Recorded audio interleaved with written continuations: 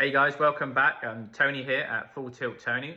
This is going to be a weekly video and I'm going to have a structure now set up throughout the whole season.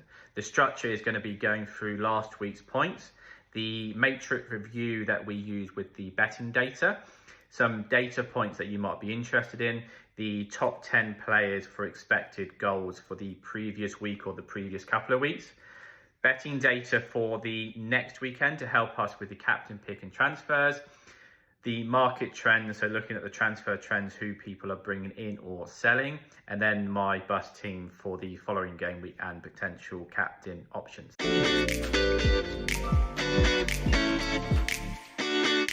So before we get into last week's game week number 1 and my points, it's just important to explain my structure for the first 6 game weeks. I'm using this as like a little mini season. I've gone with no Haaland, and the idea was to try and get a fast start, trying to use the first 6 game weeks as a little opportunity to go no Haaland, get other players, get a fast start. I think after the international break, I think the template and the optimal way of playing is going to be very boring, steady FPL until about game week number 30, where there'll be more opportunities. So a fast start and then ease it back and play boring FPL for the middle part of the season. So bench boost game week number 1 allows me a big bench boost with no Haaland. Free hit Haaland back in game week number 3 and then wildcard him back in game week number 6. Free hit number 3 allows me to remove all my Arsenal and Chelsea players, as you'll see. So let's look at my game week number 1 points. So this is how last week went. I think this is probably my best ever start in FPL. Normally I start slow and then build up and ramp up and chase people down. So to have a fast start is really, really good. As you can see, this is my team it's dominated by basically Arsenal, Chelsea and United players. And then there's players around that. And that strategy was with the free hit in game week number 3. So my Chelsea players delivered. You got Palmer and Pedro. Palmer, if you'd watched it, he looked on it. He looked like his old self a couple of years ago when he smashed it. He looked just electric. He did go off with a little niggle, but I think it's just a little niggle. We'll get press conferences and see what's happening with that. Pedro, it was always a no-brainer. Brilliant pre-season, 11 points, very happy.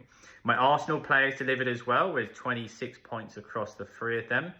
United, on the other hand, played hard away and they were terrible. Bruno looked slow, sluggish, unmotivated, and Burmo did have a chance. He was actually probably one of their most promising players. But to get 4 points, 6 points because I had Bruno as captain, away to Hull was really disappointing. I'm not going to panic though. He's at home to Ipswich. The strategy always was to have those 2 players for the first 2 game weeks. I've got no reason to jump off that strategy. Other players, Henselwood massively delivered 16 points off the bench. So this is my betting matrix that I'm using. And what I'm doing is I'm getting the betting data for team to win, over 2.5 and anytime scorer. Because I think we need to find players that are very good anytime scorers, but also play for a team where there's expecting to be a lot of goals.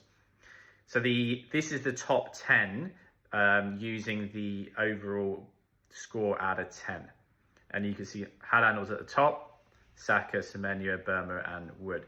You can see from here, out of 10 only 1 delivered. I think there's two ways to look at it. One is this matrix is rubbish and doesn't work, or 2 is the matrix does work, but it's just one of those game weeks where all the big hitters just didn't deliver, and all the cheaper options like Henselwood and other players, they did deliver. That's not usual. I think using this consistently over 38 game weeks will come up trumps. Okay, so here we're going to go through some data points that might help you. So the first one is DEFCON. On the right hand side, you can see is the DEFCON that players hit per 90 last year. Senesi and Hill were at 70 and 68%, with Anderson, as we all know, 61%, and Tarkowski at 60%. We remember this from last year, and that's why they got the jump up in value. What I'm interested to find out this year is who are the new players that we can find at 4.5? Because surely with the amount of new managers and new players and promoted teams, there are going to be the likes of Senesi, Hill and Anderson that last year did well, went up in value. But this year there's going to be players at 4 million and 4.5 that will also do well and get a DEFCON maybe 50, 60, 70% of the time. And then next year they will bump up to join the likes of Senesi at here at 5, 5.5, 6 million.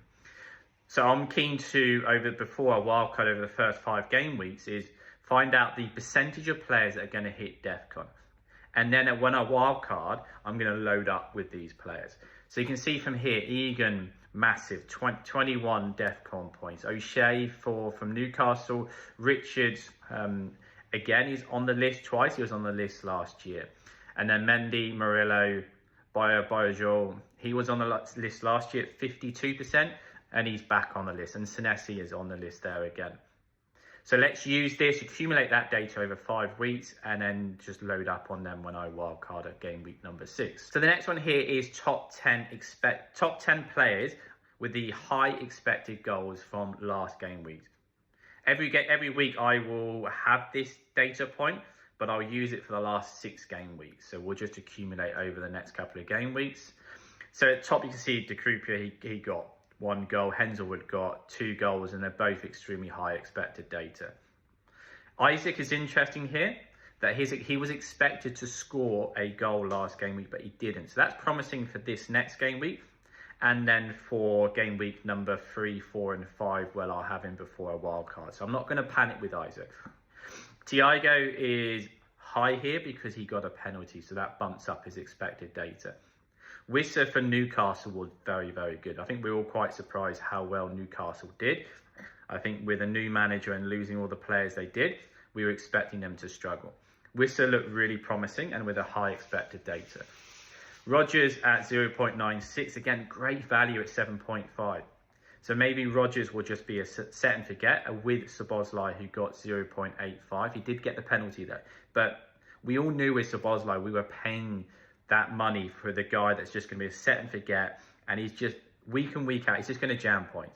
It might be a penalty, it might be a 5-meter sideways pass and then someone scores a screamer, or he might score a screamer or a free kick. He's just going to jam points, and they're going to accumulate over the season. So I think he's just going to be a set and forget. Okay, so this is now the betting data for this weekend. Pick and choose what you want here, or if you just find it interesting. I'm going to do this every week because I'm interested to know how good the betting data is.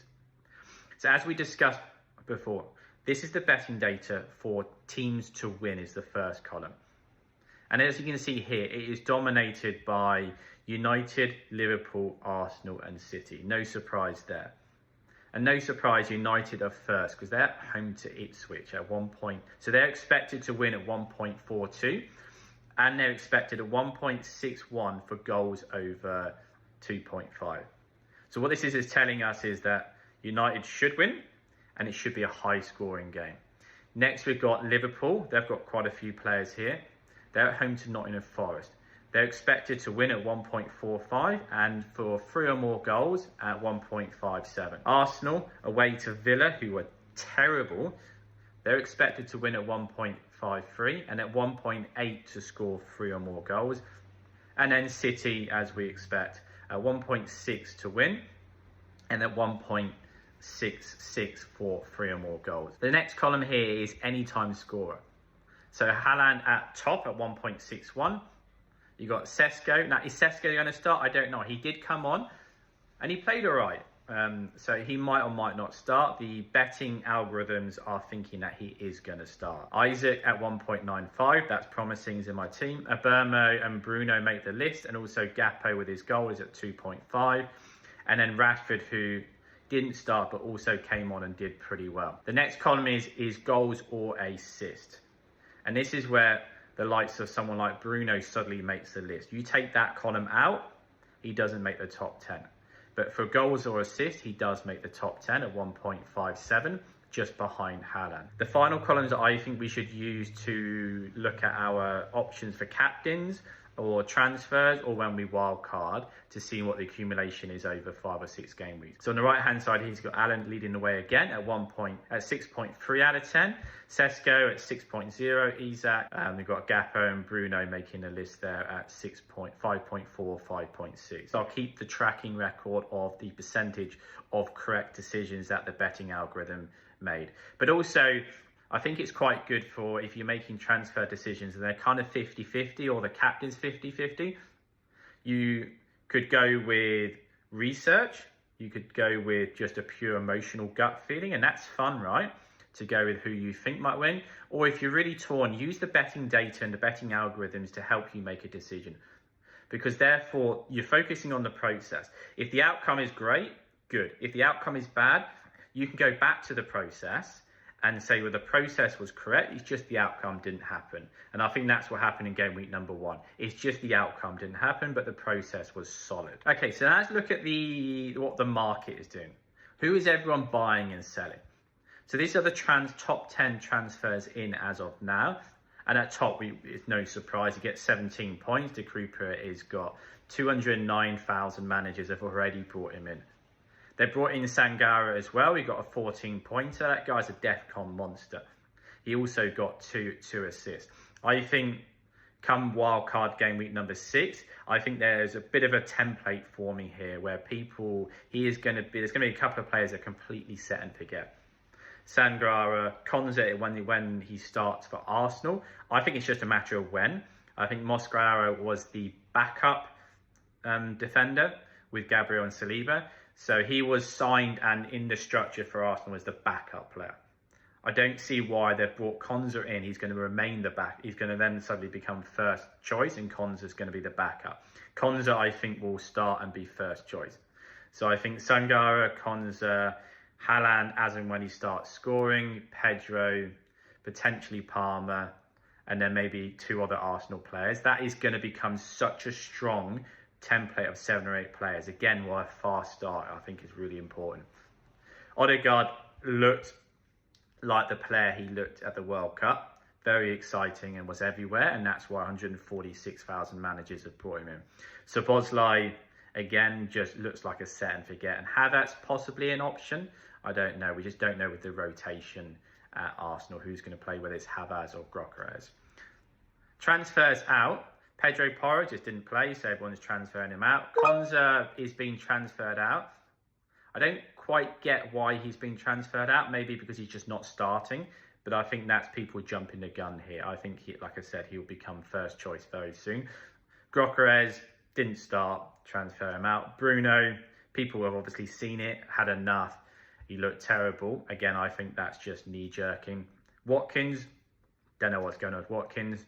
In the press conference, they did ask Emery what is happening with Watkins, and he just replied saying, maybe you should give him a call. I've got no information.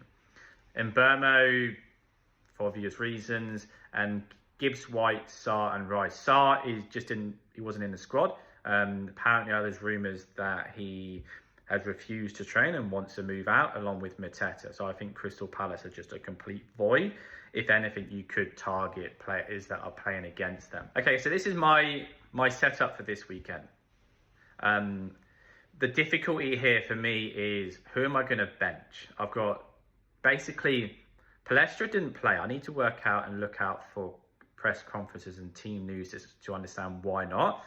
So I think as much as it hurts, I think DCL is probably the weakest out of this lot.